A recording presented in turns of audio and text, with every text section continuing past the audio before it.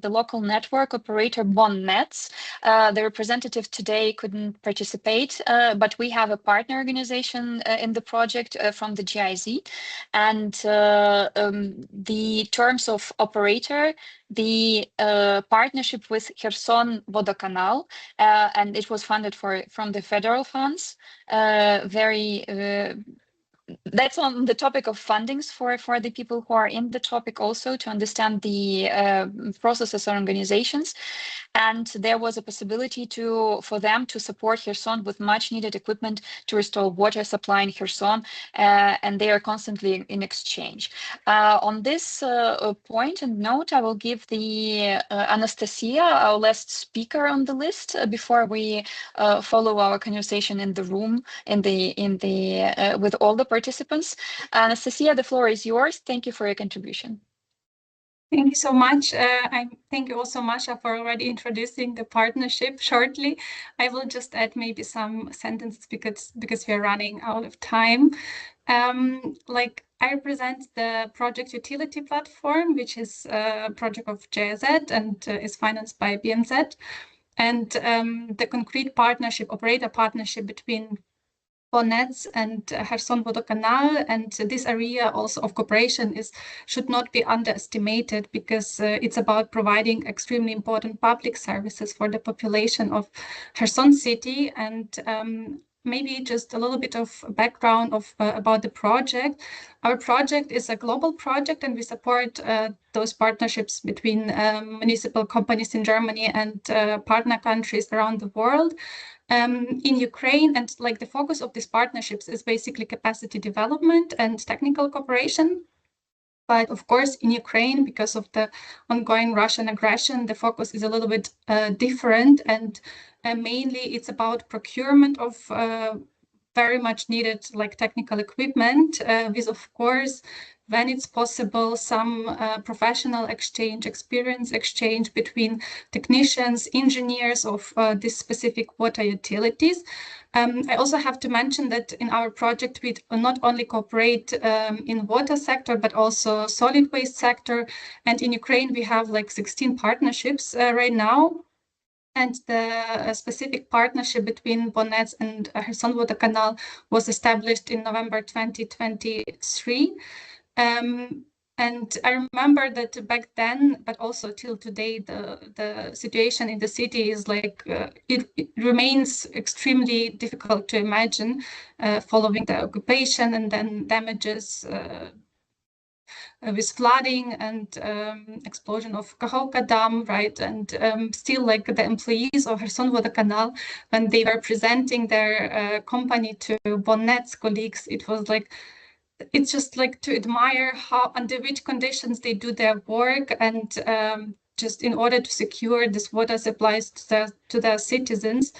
And I'm happy that Bonnets is so they are so willing to help, even though they cannot travel to Ukraine. It's forbidden for them. They still they organize online meetings, regular online meetings, where they just not only, of course, talk about technical problems and all this dark stuff, but of course they just support emotionally each other. And I also admire the director of Kherson Vodokanal, which is always smiling and sharing all the nice stuff that is going on also in Kherson city and the company, because they have still 600 workers that are remaining there, and they are doing their work under constant shelling. So it's really to admire this cooperation. And as was already written, the partnership, Bonnets procured a lot of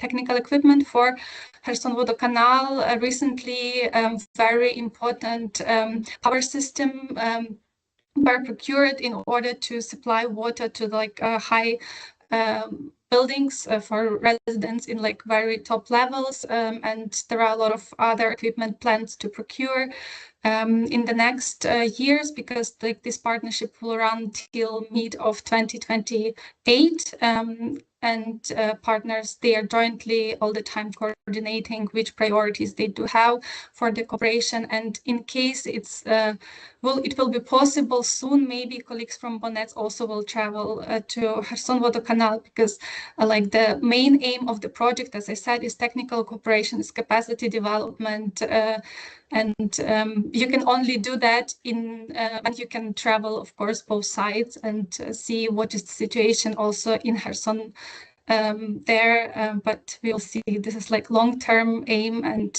right now, of course, they have to stick to reality and have like these short-term plans. Yeah, this is just like in very short. Thank you very much, Anastasiia, for keeping it short as well. I know that we are also overdue, but we are going on with the dialogue. It's very important. One question from me: due to this winter that it's now ongoing, and that was already even predicted before, but now we in real life we can see that this is the most harsh winter in Ukraine that people in these 4 years have had to deal with. On this, taking this into consideration, have you within this project or your procurement, have they, I'm sorry for the sound, very active in Cologne,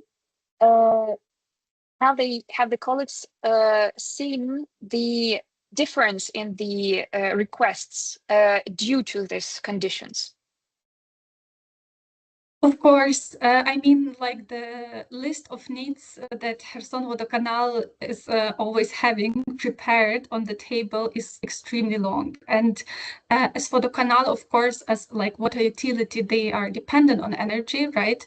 They cannot work without energy supply as well. And of course, such generators and transformators are on their list, but as they inform us, they can get this kind of support from other projects or from other initiatives that are also coming not only from Germany, from Netherlands or other countries. But of course, Bonnets is not only procuring the stuff like water pumps or, as I said, this other panels for residential buildings. They also donate a lot as a company.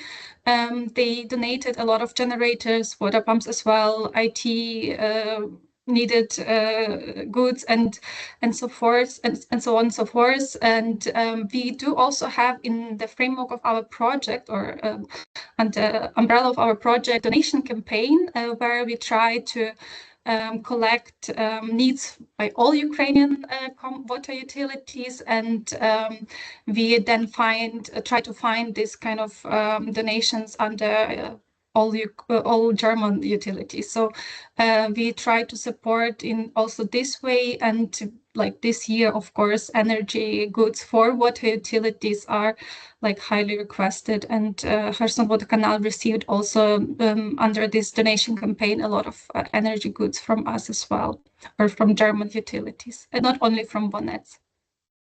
Thank you very much, Anastasiia. Thank you for keeping us informed, also for your work and for the resources that are given there. For all our speakers who are working in this field, we do know, and from Germany and from Ukraine perspective, that this usually this kind of work on supporting the partnerships and cooperation that needs extra resources, usually also the volunteer resources from both sides. And I think both sides understand the challenges in this regard and are very, very thankful to each other. From my perspective, thank you for all your work, for your inputs today.